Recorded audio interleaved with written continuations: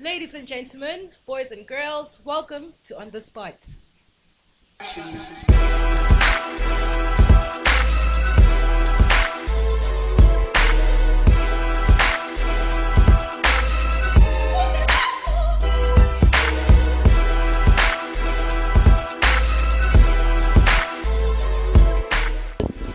What up, everybody? Welcome to On the Spot. I'm your host, Busi Rumok.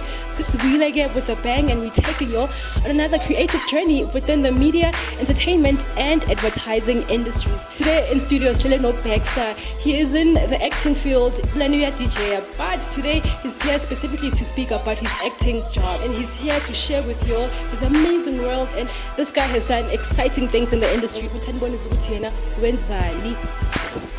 Well, guys, with that said, let's welcome Bexter on the spot. Bexter, welcome. Well, next time we'll just have that for you specially. How's it though? I'm awesome. How are you guys doing? Be good. So first thing first, tell us about yourself. What's there to tell? I'm a pretty awesome guy. You want to know me? Follow me on Twitter.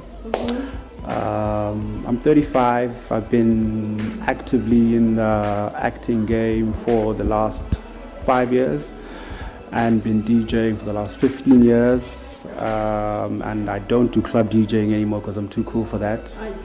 Specifically, I do corporate and private party DJing, and I've basically taught myself to act, to write scripts, to develop concepts. I'm a self-taught entertainer. Yeah, that's basically who I am. And did I mention I'm pretty cool? You are pretty cool. So we called you here on the spot to speak specifically about your acting career.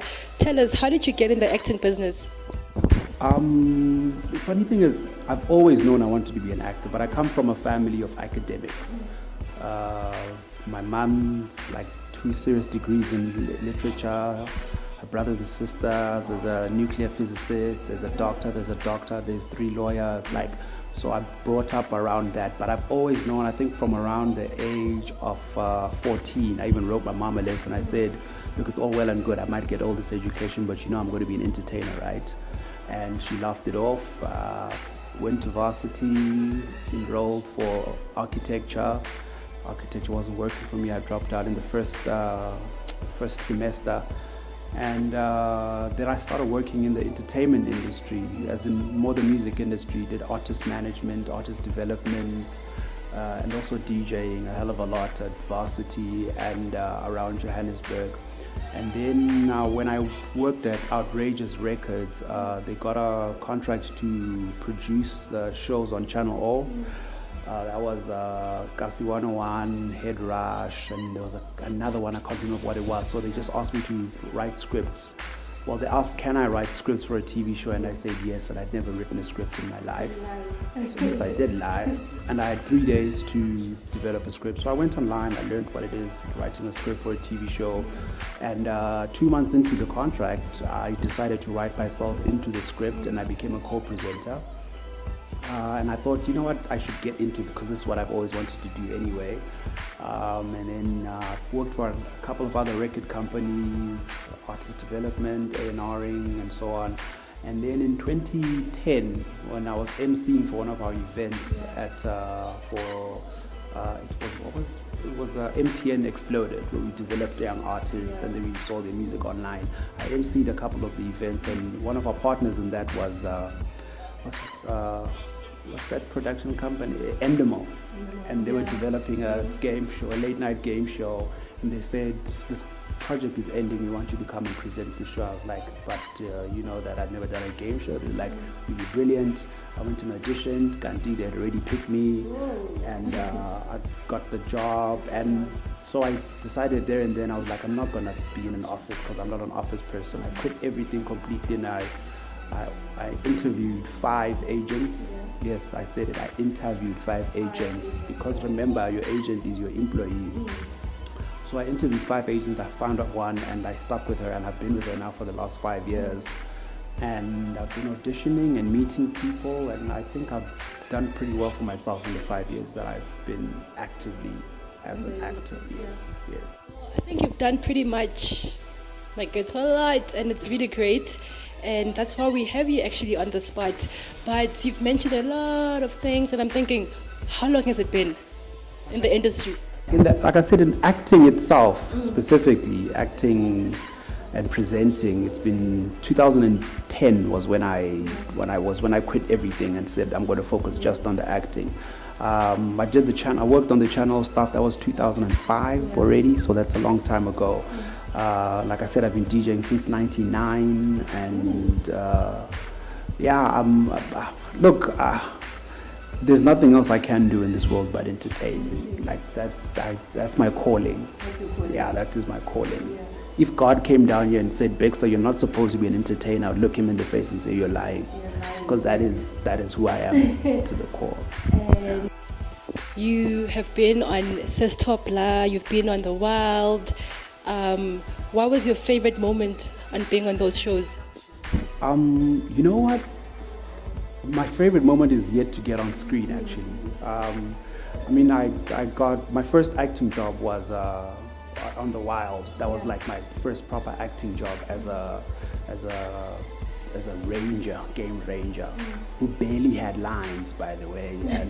And I had so few lines that one of my friends' daughters once asked their mom, "Mommy, is Uncle Bexter playing a deaf mute?" Because I never said anything. That was my first acting job. But the last job that I just did, that's going to be airing on Mzansi Magic. It's a Lokshin Bioscope movie. It's called Family Affair. And I was called in last minute, like the day before they started shooting, because one of the actors pulled out. It was supposed to be just one part for a receptionist.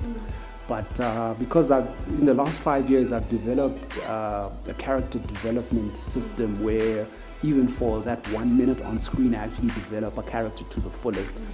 And I did it so well that they were like, we're going to develop 3 other characters that you're going to play, because it's a comedy. And they were like, can you just do something for these 2 characters as well? And I went in and I killed it. So it's going to be a brilliant comedy. It's going to be People must watch out for that. Yo, I tell you, man, I'm a funny dude. I'm a funny dude. Oh yeah, and by the way, I also do stand-up comedy. Stand-up comedy. That's only been since the beginning of last year. So from about end of this year to next year, that's when you start seeing the funny guy Bexter out there. People tell you to come watch him and like a rebel too. So you edit in this industry, you just want to be that guy. Look, for me, it's not work. It's really not work, and it's not about the money, even though it's nice to have the money. But this is what I was made for. And I do some motivational speaking, and one thing I like to tell anybody out there that's working to be anything is that finding your natural vibration point, as in what you do that makes you vibrate at your natural point, will make life seem so easy and make things come so easy for you, you know. This is my vibration point, is entertaining, and I'll do anything and everything that I can and I'm able to in the industry. So yeah, watch out for that guy. Well, it is very important to always follow your passion. That's why tonight I go on the spot funa ukuthi nina emakhaya ninawalandelela amaphupho enu ukuba in the media, entertainment and advertising industries. B, tell us about like a hectic day on set when you're about to go on set and your actor was entertained. It used to be very, very daunting when I started out, but now I am so relaxed. Hey, I'm not at my perfect delivery point yet. I would say I'm probably at about 60%, 60% where I think I could potentially get to when it comes to acting, presenting, and everything.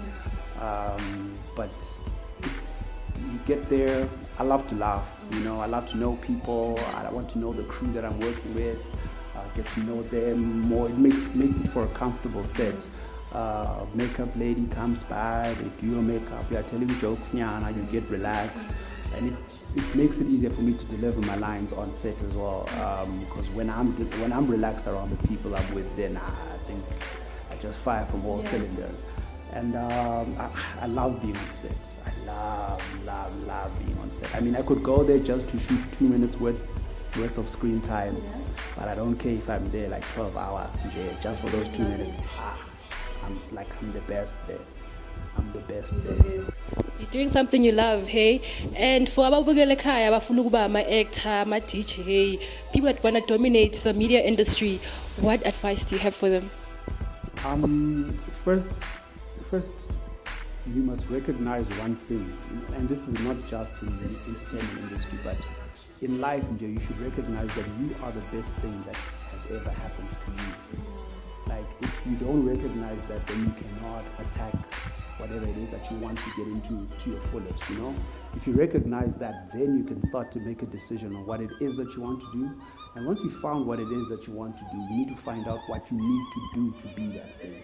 Do all your research, what you need to study, what materials you need to get, what equipment you need to get all of that. And then once that is done, go full out, go all out. Like I said, go all out to the point where, like I said, even if God came down and said, no, you're not supposed to be doing this, they'd be like, look at me in the eye and say, dude, this is my thing, I got this, and just go all out. So find your passion, research what you need to do what it is that you want to do, and then just go all out. Those are the 3 basic steps of being happy and successful. Ms. Welege, find your passion, research, and then just take over the world. Bexter, are you on Twitter? Are you on Facebook? Where can people find you? Yeah. I'm a cool guy as well. I know I'm old, 35 now, but I'm cool. I've got the Twitter there at Bextizie, which is BEXTIZIE. On the Instagram as well there, aka Instagreezy. Also at Bextizie. On Facebook, I tried to do a page, but I'm not really good with that page thing. But I've got a PR team now that's working to put together. You must just, Java. You must just. Things are piling up now because I recognize, even when I was putting together Bio for you, that I've actually done quite a lot of work in these 5 years. So I've got somebody building a website for me so that people can be able to find it. I'm hoping I can register it as benjaminsboy.com. My dad's name is Benjamin. So benjaminsboy.com. You can save it now, and then you can find all my information there. On SoundCloud as well, I upload mixes quite regularly. It's DJ Bextizie, soundcloud.com/DJ Bextizie, BEXTIZIE. That's where I'm at. Well, guys, we're also on Twitter, and our handle is @onthespot191. If you guys want to find out a bit more about him, follow us and Sognikeza, everything that you need to know about him. If you guys at home also want to be mentored by Bexter, if you want to be in his world just for a day, highlight us on our Gmail account. It is at onthespotgmail191@gmail.com. It's been amazing chilling with this guy out here.